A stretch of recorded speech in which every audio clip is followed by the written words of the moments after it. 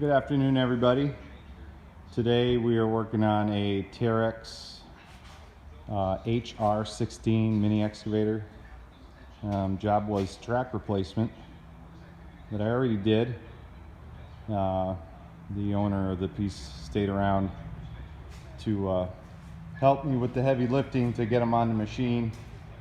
He didn't really much want to be on camera, so now that they're on the machine, I figured I could film some footage. I did snap some still pictures, which we'll try to attach to the video. This was the issue. He put a new guy on the machine and broke one of the old tracks in half. And the other track's got a nice big slice halfway through. Wouldn't have probably lasted another day. They're lucky they got it back on the trailer. So in case anybody's wondering what a Terex HR16 track size is, that's the tag off of it right there. These were from our local tire shop, Pete's Tire Barn. 300 by 52.5 by 80K. And there's the part number. A couple of things I wanted to mention. A lot of people, or some people, don't know how to release the pressure in tracks.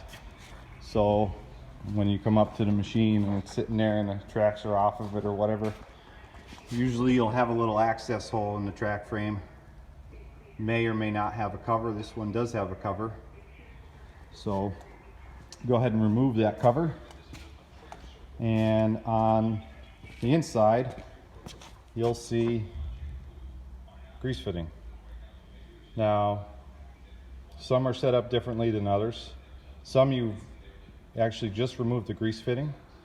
Others, like this one, you just crack this larger fitting loose, and it's got a little groove right there. As soon as you crack it up, it's like a brake bleeder. All the pressure from the conical seat comes out through the crack or the gap in the threads, and the grease purges out into the hole right here. And I think I saved the towel with all the grease in it. Yeah, so this is both sides fully released. That's the amount of grease that came out. Now, this is a small machine, so the track adjusters are a little small, but probably to get them back up to proper adjustments, maybe half a tube of grease.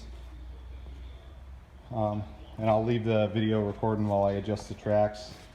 A lot of people do by measurements, which of course by the manual is the way to do track adjustments. I've been doing it long enough where I'm comfortable doing it by feel and by eye.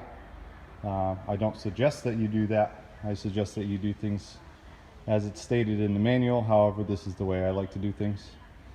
These track adjusters on this machine were really tight. Been a while since he's done the tracks, probably I don't know, 6 or 8 years, maybe 10. So I ended up having to put a jack, a little air over hydraulic jack, in between the blade and the front idler with the track on it. Well, actually the other side, the track was already off, so it went right against the idler. And I just pushed from the blade directly to the idler with that grease fitting loose, and the grease came out. Sometimes you can get away with prying them with a long bar, you know, against the track frame or the blade frame. Sometimes I've also had to beat them in with a sledgehammer. Sometimes you can use the machine and put a block of wood from the bucket to the idler and push it in with the machine hydraulics, which is pretty nice. However, I wanted to have the machine up in the air. I've got it on a block of wood under the blade and under the bucket so I don't damage his floor. And I like to get the machine up just high enough to slide the center section of the track under the idlers and the bottom rollers in the sprocket, because otherwise you're just doing excessive lifting that you don't have to do. So I always start on the sprocket end and get it up over the sprocket and work my way towards the idler. This one fought me a little bit. The new tracks were a little tight. A lot of times, especially with OEM Bobcat stuff, you can flop them on by hand. This one I had to pry on the whole way. Once it gets to the idler, it's loose, you know, but getting it over the track frame was a little tight. So I guess you have a fair amount of adjustment afterwards, but they seemed a little tight. I almost thought that they were the wrong tracks to begin with. So I'll see if I can prop the phone up here so you can watch as I tighten the tracks, and I'll see how that comes out. So I got a little air greaser, and well, first you got to put the grease fitting back in, obviously.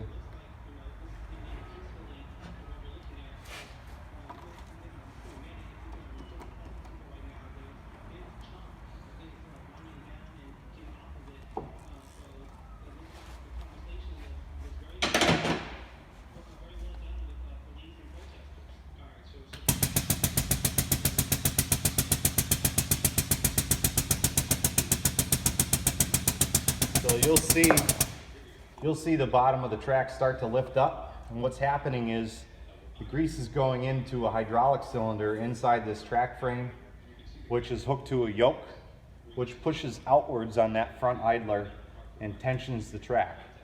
And as I pump the grease in, it extends the cylinder out. You'll see the bottom lift off the ground.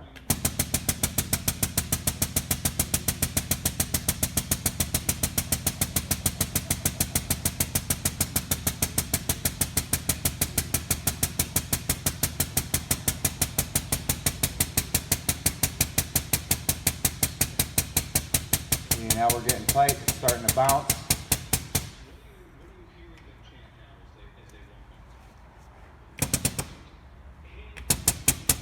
That's good. Well, I always like to clean all the grease out from the inside of that hole.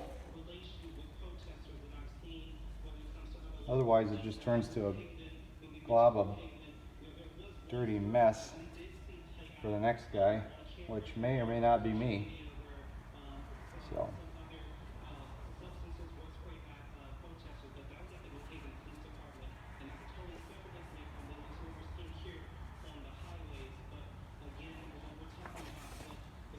and now that it's all adjusted up, I'll put this cover back on,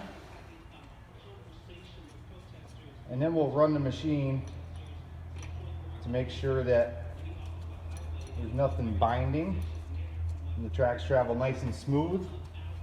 Sometimes after you initially install them, you may or may not have to readjust them. Typically happens more with steel track machines and steel chains because of the amount of dirt that gets caught in there. After you do an undercarriage repair and you go to run the tracks around, a lot of dirt will fall out sometimes of the that's packed inside the undercarriage and the chain, and you'll have to readjust the tracks after you do an initial adjustment. So I'll fire it up here real quick and run the tracks around.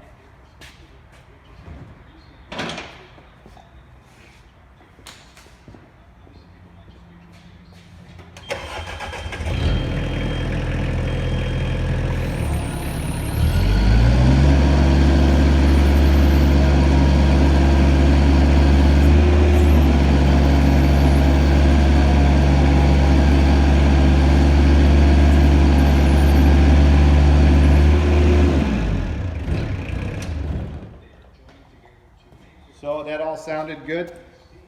They look pretty good. They did seat in a little bit. You could probably see how the bottom is a little lower than it was, but the adjustment still looks good. The other thing I forgot to mention is these tracks are directional. The blade being the front of the machine, these tracks are going the correct way. Arrows kind of pointing towards the front. So yeah, little Terex HR16 track replacement. Thanks for watching.